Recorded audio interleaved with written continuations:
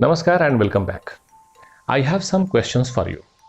Have you ever noticed your internal feelings and emotions? Or if I ask you, how often have you stepped into others' shoes and experienced their emotions from their perspective?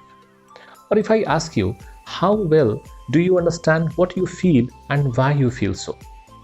If you answer all these questions in a positive way, then you may be high on emotional intelligence. Yes, we are talking about emotional intelligence in this video.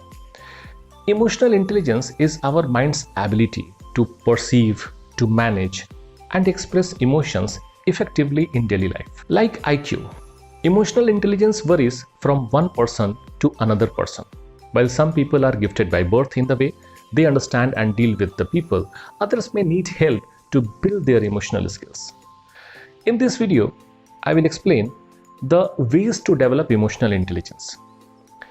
Developing emotional intelligence implies developing a cluster of innate qualities that help you in enhancing your mental well-being on a day-to-day basis. So, identifying the negative emotions are the first step. When someone upsets you or uses harsh words, don't react immediately. Withdraw yourself from the heated situation and take some time to gather your thoughts and choose your responses wisely.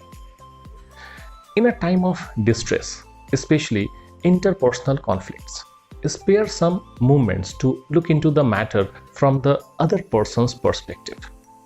Try to get in his or her shoes, which is called empathy, and understand what made the person behave that way. Notice how your attitude changes the moment you start empathizing with that person. You can also try self-evaluation. Before observing and understanding others, watch yourself. To develop emotional intelligence, we must learn to assess ourselves objectively, not subjectively, and look into our actions from a bird's eye view. You can also try to challenge your thoughts by regularly asking yourself questions. These questions can be, am I thinking the right way? Or should I have used those words today? Or you can ask, how would I have reacted if I were in his or her place? Is there another way to looking into the matter? Am I on the right track? Or is my family happy with it? Frequently, when you encounter such questions with self, it enhances the perception. It creates humility, and together which contribute to building your emotional intelligence. The most important part of emotional intelligence is the accurate expression of emotion. So you can try enhancing your self-expression.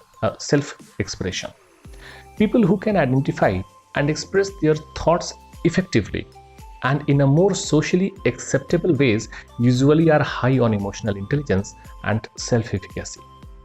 Self-expression means focusing on stronger and better communication with others and conveying your thoughts naturally. If we can choose the right way to tell others how we feel and why we feel that, or in this way, we are already more solution focused and self-regulated.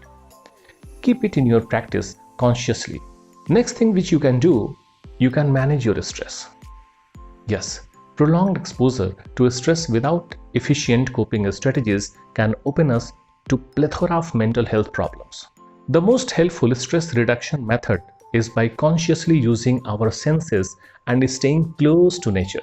Make a routine to practice meditation daily for some time. You can also enhance empathy within. What is empathy? Empathy is the power to see the world with others' eyes, relating to others' thoughts and understanding what might have influenced them to behave in that way is a significant milestone to emotional development. Even at the workplace, you can practice empathy. How?